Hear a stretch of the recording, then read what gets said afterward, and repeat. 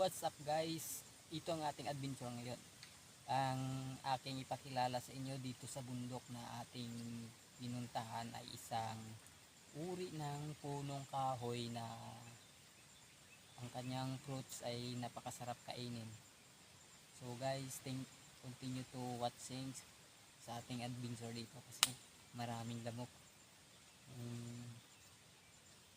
Medyo mas magandang panahon ngayon. Tara, let's go na.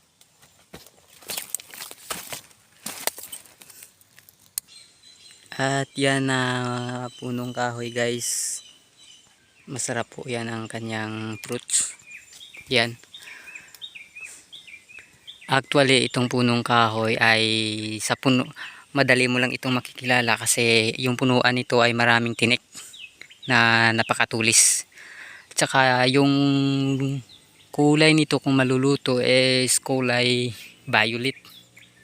Ito ay pinakamabisang gamot sa mga diabetes.